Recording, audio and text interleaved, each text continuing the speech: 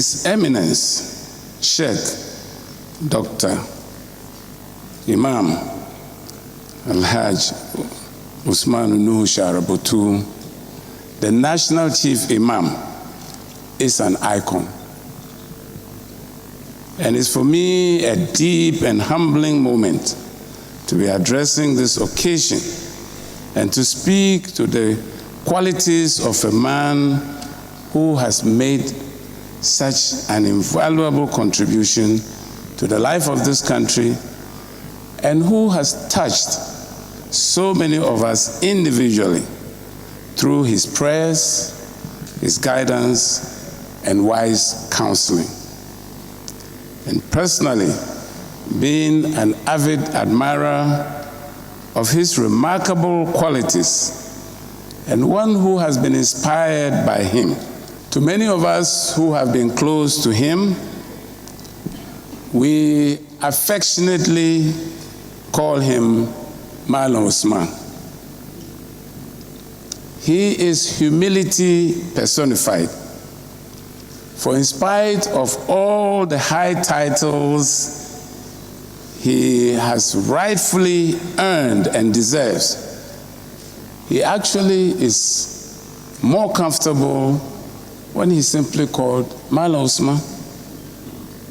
Such is the simplicity of the man we are celebrating today.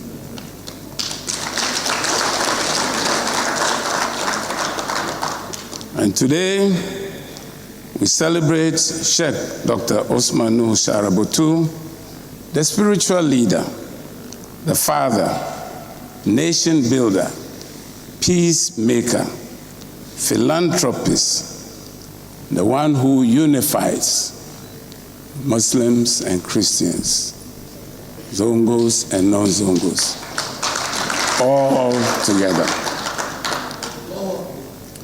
Long before he became the chief imam of Ghana in 1993, the preeminence of Malam Usman as a cleric had been evident.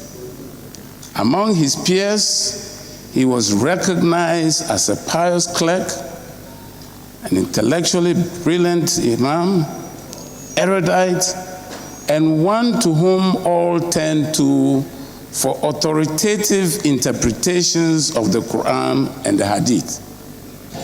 He was an Islamic scholar of repute and a natural leader. He was just a born leader.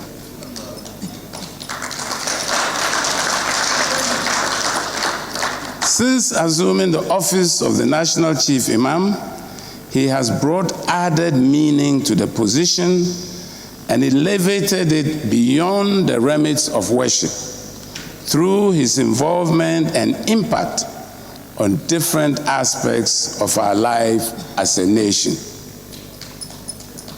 In his role as the National Chief Imam, he has provided spiritual leadership to the Muslim community, the Ummah, and indeed to the whole nation.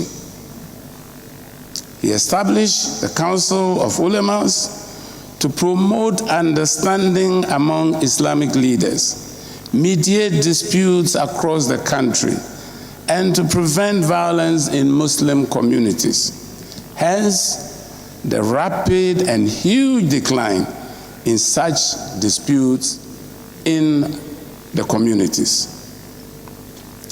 Upon the proclamation of the Islamic national holidays, he consulted with Islamic stakeholders, and he didn't just limit it to one sect, across the sects, for a consensual date for the observance of the holidays.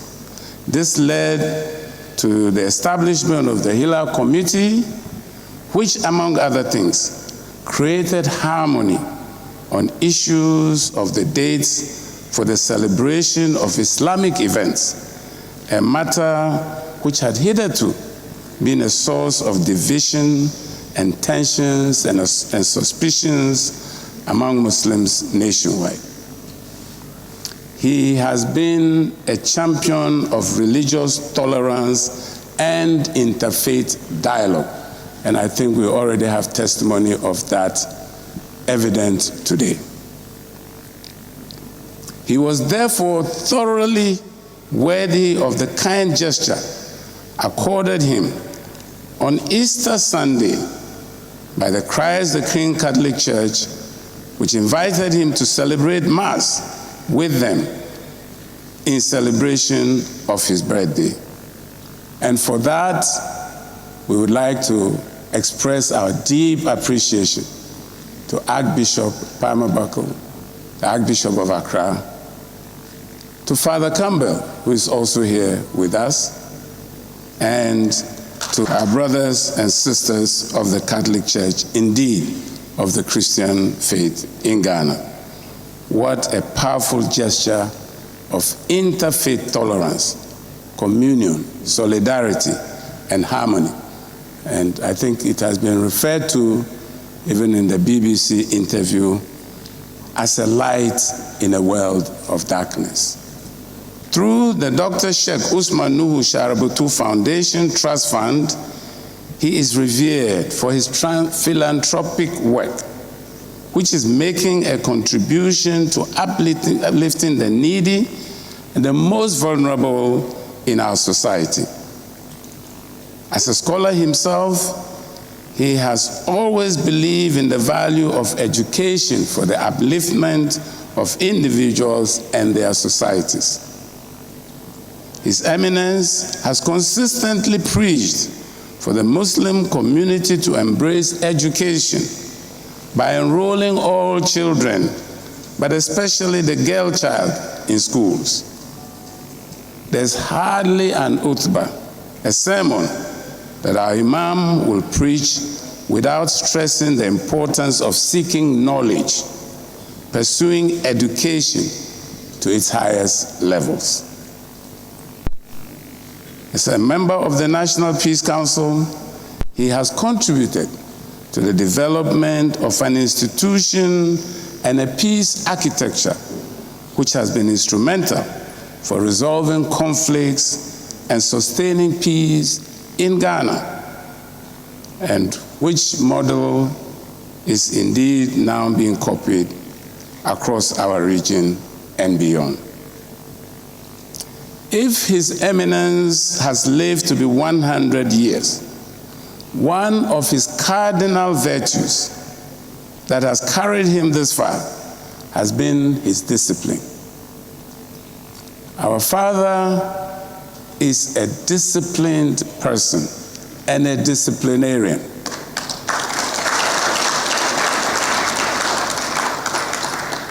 And he's constantly preaching against indiscipline, misconduct, unruly behavior, and activities that put the name of our Zongo and Muslim communities into disrepute.